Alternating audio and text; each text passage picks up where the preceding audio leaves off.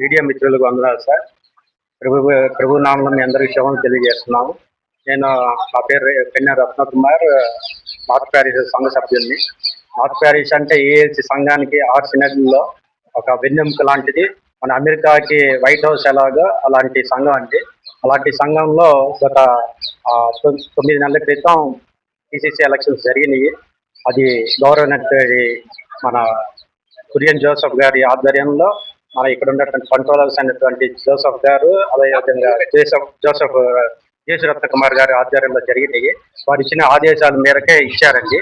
అయితే అదేవిధంగా ఆ ఎలక్షన్స్ జరిపిన కారణం ఏంటంటే పిసిసి ఎలక్షన్స్ ఫామ్ చేసి పిసిసిని ఇన్స్టాల్ చేసి సంఘాన్ని అదేవిధంగా సంఘ అభివృద్ధిని పాల్గొనడానికి జరిపించారండి.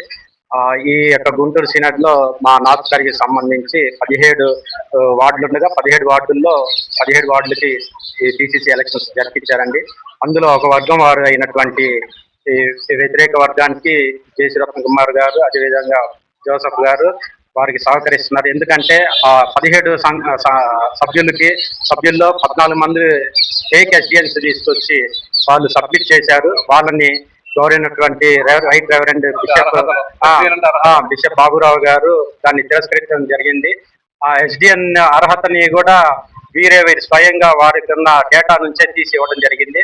ఇప్పుడు వారిని తీసేయడం వల్ల మళ్ళీ వాళ్ళు వీళ్ళని అర్హులే అని చెప్పేసి మళ్ళీ వాళ్ళు ఇన్స్టాల్ చేయడం కోసం ఈ ఎలక్షన్స్ కూడా పొడిగింపు చేస్తున్నారు. అయితే ఒక వర్గానికి కొమ్ముగా ఆయటం ఇది కరెక్ట్ కాదు.